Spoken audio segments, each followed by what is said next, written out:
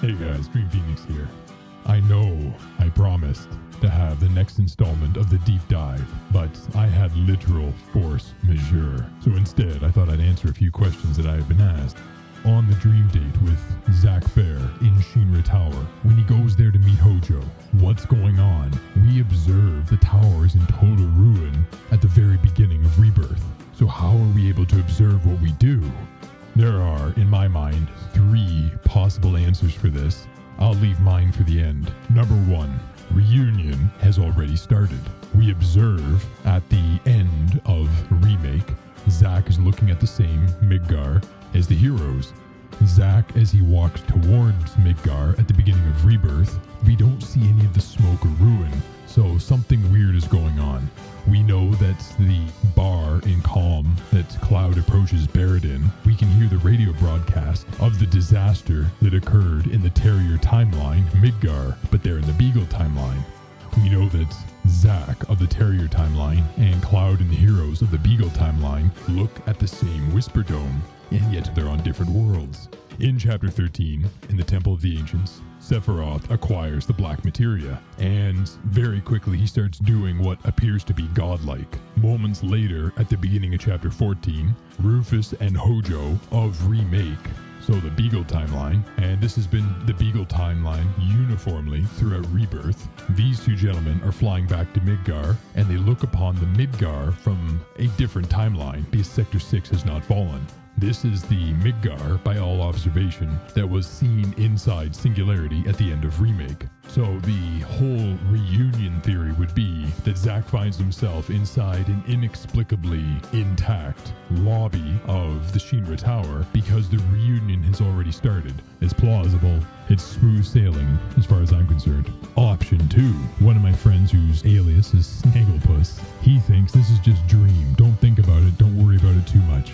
Zack comes from Crisis Core, which ends 3 to 4 months before Cloud would hop off the first bombing run train, and Sector 7 falls somewhere between 4 to 7 days later. So how is it that Zack walks into a world where Sector 7 has fallen? There's some sort of space-time distortion. You have a Biggs that remembers Cloud in the same world where Zack is and Marlene, and we all went through Rebirth. So the whole world's a dream in his mind, and he's not talking Yogacara dream, as I asked him. In the Yogacara, which is what Nojima-san, the scenario writer, he took in Jung's collective unconscious as well as the Buddhist Yogacara as he was considering this whole storyverse download. And in the Yogacara, all is dream. It is not dream as we conceive it. It'd be much closer to, if you've ever listened to Deepak Chopra, he'll frequently say that everything is a fluctuation in consciousness, or the Matrix is a very easy way to consider all is dream, or all is program, or all is consciousness. So it's not the classical idea of a dream.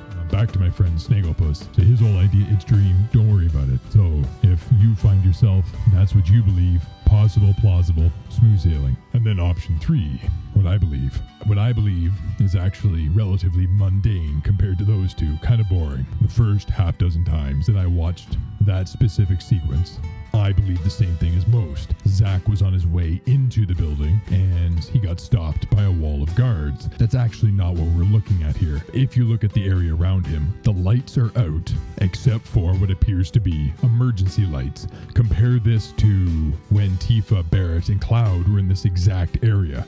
Something has happened here. I believe this is the lobby of a destroyed Shinra building, and it's just the lobby was at the bottom, and so that's why it's relatively intact. But also, if you look at where the guards are, they're not further into the building. They're actually at the entrance. Zack's back is to the kiosk, the one that Tifa had to climb across the ceiling to drop into, and in front of Zack is the entrance, and that's where the guards are. So the way I piece this, my headcanon, as many say, the way I piece this together is Zack went to Shinra Tower innocently wanting to talk to Hojo, probably wasn't aware of the full extent of the destruction, and waited by the kiosk. And then the guards went up to greet him. That's why I believe Zack was able to go to Shinra Tower, and he wasn't met with a pile of rubble, but instead the scene that we saw. That's all for today. Imagination Adventurers, I bid thee adieu.